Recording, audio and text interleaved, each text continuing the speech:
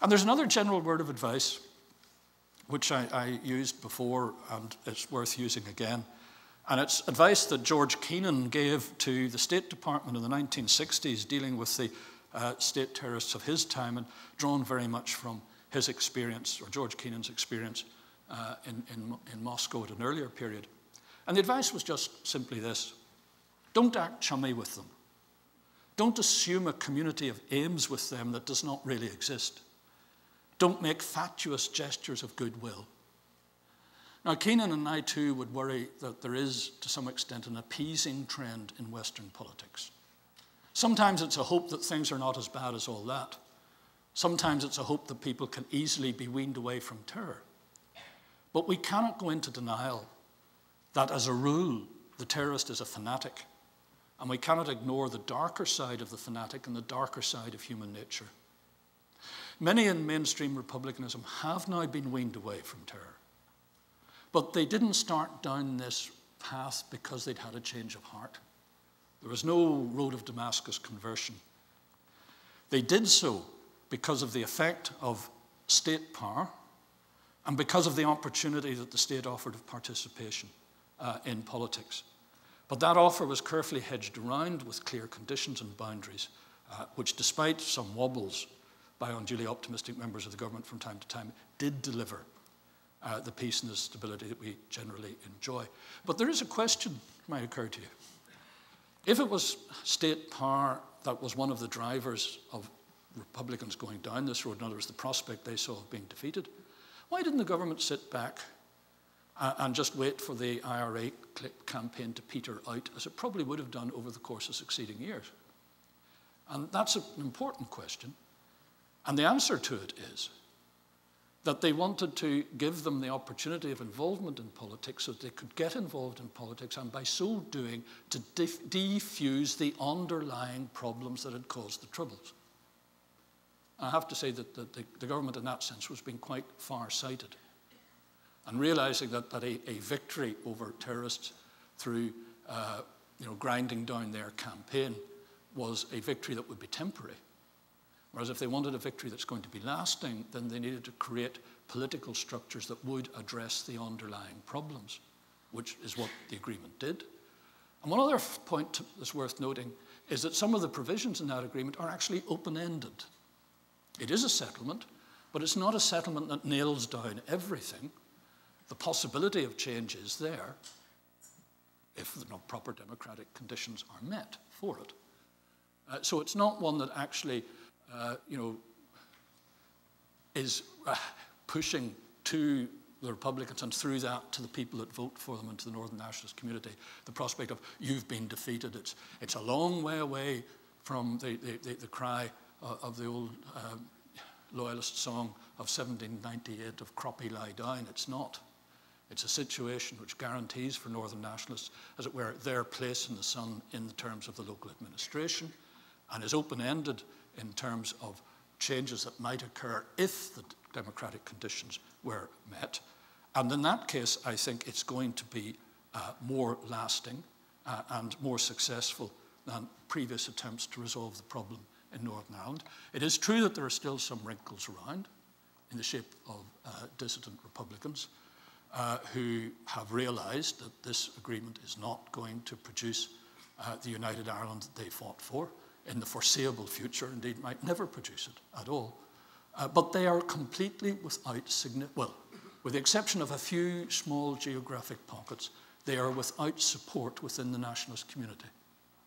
They may have acquired, through some defectors from mainstream IRA, some degree of expertise, but they haven't got the popular support to sustain the IRA through a campaign of 25 years, and that's hugely important. And that's why I'm confident that the nuanced agreement that we got through a careful and intelligent application of state power and of political thinking, that's why I think that is now going to last and will resolve, I believe, the underlying problems in Northern Ireland. Thank you.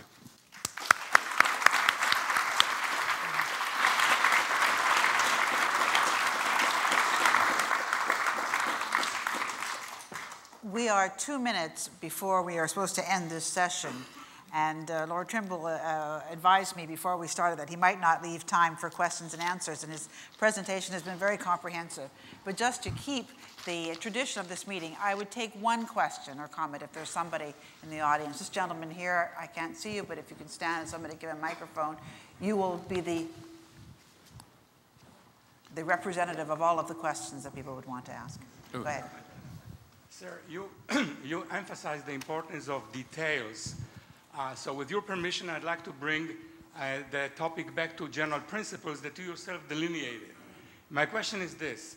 You mentioned two factors at the outset of your presentation, the national issue and the minority grievance that, in essence, were a sense of deprivation, humiliation, powerlessness. Were the two issues interrelated? In other words, was the sense of powerlessness feeding the nationalists, the Republican ideology? And if that was the case, how did the situation change in the course of time? Yeah, first of all, apologies for going on long to point of depriving of questions. But anyway, on the point, you're quite right. There was an interrelationship between them in that the protests, the civil disorder had started over protests about the grievance issues. And then when that led to widespread civil disorder, the IRA was reformed, recreated in the term provisional IRA. And they were saying to Northern nationalists, you will not get a fair deal within Northern Ireland. Look at your experiences. The solution is to have an all-Ireland state. And it was the drive for the all-Ireland state was the driver behind the violence, in my view, rather than the grievances. But they were being used and exploited. The amelioration of those grievances, which did effectively occur, not totally, but did effectively occur, obviously then decoupled that. And having a political solution that offered to Northern nationalists a guaranteed involvement in local administration, got rid of that sense of exclusion and humiliation. And they're content with that. And I think actually a lot of the Republican the members of the Republican movement are content with that too.